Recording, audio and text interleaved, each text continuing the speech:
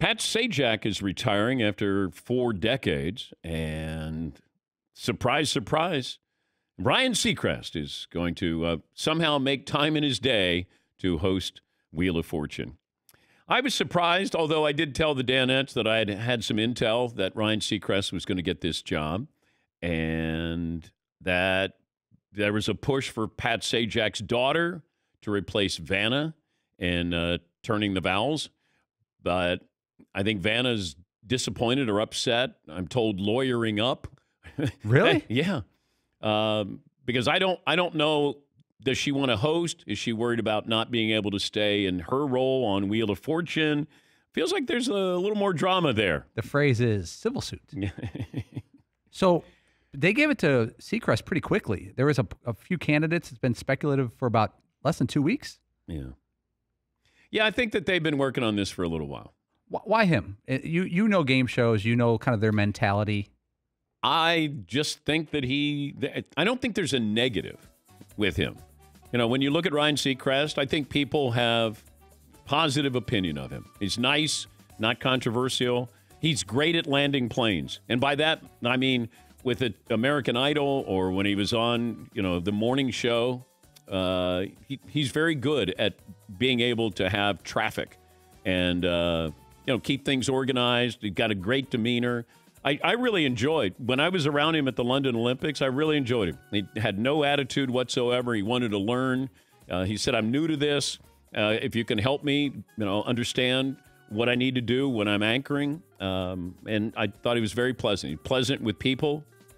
So I'm guessing, would I have gone with something different? Yeah, I would have. It doesn't seem like it was really, but that's an inspiring choice there. It was just like, who can we get? Ryan, he's not hosting enough shows. Let's give him one more. Yes, Heaton. Yeah, this is sort of like the second big property that he's taking over from Legend, right? Because he also has New Year's Rockin' Eve, which he took over from Dick Clark once Dick Clark wasn't doing it anymore. Mm-hmm. It might only be one night a year, but those are big shoes to fill. Dick Clark is an institution. That night he invented it practically. Yes. Yeah. Yeah. Does it matter who's the host? Like when you think about it, do you tune into Wheel of Fortune because of Pat Sajak? Or do you tune in because you're trying to solve the puzzle? I think people tuned into Jeopardy because of Alex Trebek hosting Jeopardy. I haven't watched Jeopardy since then. And it's not a reflection on the people who are the host. It's just I liked watching Alex Trebek do Jeopardy. And I would tune in to see Alex Trebek do Jeopardy. And became friendly with Alex later in his life when I was doing Sports Jeopardy. So maybe that was a little territorial. But if I stumble upon Wheel of Fortune, I'm not going to not watch it because of Ryan Seacrest. I may not watch it because of Ryan Seacrest. Or I might in the beginning. And then I'm curious if Pat Sajak's daughter comes in or they get somebody else who comes in there. Then I'd just be curious. I do a drive-by. Yes, Eden. But I think that there's something to, I don't know if you watch those shows because of those people, but there's a comfort to knowing that those are the people there, right? Like Price is Right has gone on since and is still doing very well, but Bob Barker was a massive part of that, even so much that you knew that you had to spay and neuter your animals. Because he said it at the end of every show. Yeah. He was a huge part of that. I feel like Pat Sajak is too. He's the guy. Yeah, but are you not tuning into Price is Right because Drew Carey is doing it now? No, but it's a little bit of a different show. Yeah, because he's a comedian. Yeah, different guy. But I mean, right, the show as an institution is still strong. But I think Drew Carey does a really good job with that too. But Steve Harvey, I'm tuning in because Steve Harvey is doing Family Feud.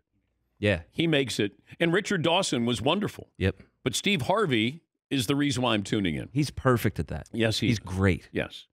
And there are certain people that just host those shows who are really, really good at it. And it's not easy. Jeopardy is not easy. That's a difficult, of all the shows. And that's the one show I said that I would have left SportsCenter to do. And I wasn't offered the job. I was offered it if Alex was going to step down. And this was years ago when the head of Sony, Steve Moscow, called me and said, "Hey, I want to meet you in New York." And then he told me what it was about. And he said, "Would you consider hosting Jeopardy?"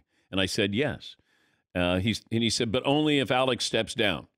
And then Alex did not step down. He re-signed, and then that was it. I realized that was my one opportunity. Price is Right. They went to Bob Barker and said, "Would you sign off on Dan Patrick hosting Price is Right?" And he said yes. And they were going to set up a meeting where I was going to meet with Bob Barker. And that's when I was given basically a take it or leave it. They didn't tell me the salary, and it was just, I was covering the NBA Finals, and I said, no, I don't want this. And then they went out and got Drew Carey, who's done a great job and a better job than I would have. Yes, Eden. What makes Jeopardy so difficult to do? Okay, you have to find the clue on the board. So when they throw something out at you, and they'll take something for 600, and then you got to find it. Then you got to read it. You got to make sure that you are reading it correctly, pronouncing everything correctly. See, that's the thing that would scare the crap out of me, is pronouncing everything the right way. It was tough for me, and I did 100 episodes of Sports Jeopardy with the same people who do Jeopardy.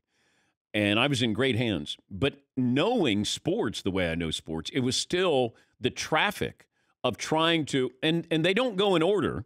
It's not like, hey, 100. 200. It'll be like 100 here, 800 here, 200 here. And then you're like trying to get everything. And it happens so fast. And then you're listening. Did they get the right answer? Did they say it in the correct way? Did they, question for, like all of this stuff. And watching Alex do it and understanding what that is like, I was extremely impressed with his ability to do it and be so sharp. Because the pronunciation, that was the key. Because there'd be stuff that, be Mesopotamia. And, the king Buddha Bada Reda in a and you'd be like, did I say that right? But you get the boards, and you're doing 5 shows a day. So would you study the answers beforehand? Yes. So you can't memorize them, but you had a rough idea of, these are the categories, these are the answers. This is a tricky spot. This one might trip me up or whatever. You'll go and do one show, and then you'll have a break where you change what you're wearing, and then you'll go back out 40 minutes, 30 minutes later, that you do another show. And so you have to do 5. So you usually do 2 shows, take a break for lunch, and then do 3 shows after that. You're in there at 9, and you're probably out at 4 or 5 in the afternoon. And it's a grind. But, you're working 50 days out of the year, but those 50 days, you're really working. And I was really impressed with what I saw. I thought Tony Reale would have been an unbelievable Jeopardy host. He's great on camera, sense of humor, he's smart, energy. He would have been ideal. I mean, Ken Jennings was great on Jeopardy as a contestant. He's not a good host. He's a very smart man. But that, the personality is what you need to have with those shows. And, Pat Sajak was great at have a little bit of snark, a little bit of sarcasm. But, it worked. It just certain people in those shows, they just work.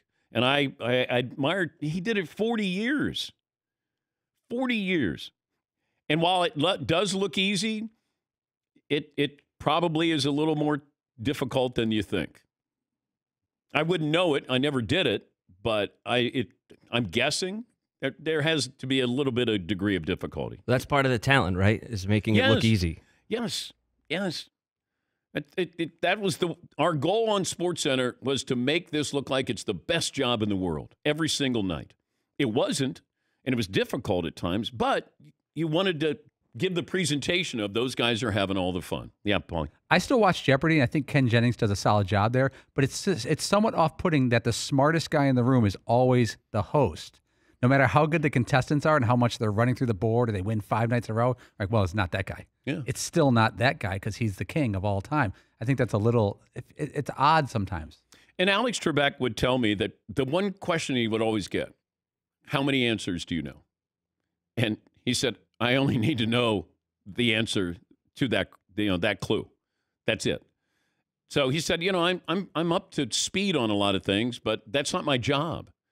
My job is to present everything to you, to keep it, on track, on time, on the rails. Yes, Eden. Right. Well, that would be, I guess, the difference between Alex Trebek and Ken Jennings is Alex Trebek, you could sit and watch and be like, if you weren't a fan of his, be like, he thinks he's so smart because he knows all the answers. This other dude, Ken Jennings, he proved it. He does know all He the actually answers. went through the boot camp, proved that he knew all the answers, beat everybody, and you're like, that guy actually does know all this stuff. Yeah. So Ryan Seacrest, host of Wheel of Fortune. Yeah, Paul. He took over for Dick Clark. He's going to take over for Sajak. He took over for Regis Philbin. I'm worried, Dan, if you go, he might be hosting the show. If he's lingering, well, if I was doing SportsCenter and all of a sudden he was lingering out in the parking lot, I'd be like, okay, he's coming for my job. He's not coming for this one. Walks by. Da-na-na, da-na. Yeah. All Yes, right, Ryan. yes, Todd. Yes, You Todd. think Wheel of Fortune spills into Pat Sajak's personal life? Like, honey, do we have any of here those we ketchup go. packets? No. Yes, we have 3 ketchup packets. Bling, bling, bling. So that's what you've been waving your hand for me to call on No, you for the I last had, couple of I minutes? had the moment passed on like 3 other things I wanted to say. Oh, so that's the best one of the That was 3? the best one of the group. All right. Thank you, Todd.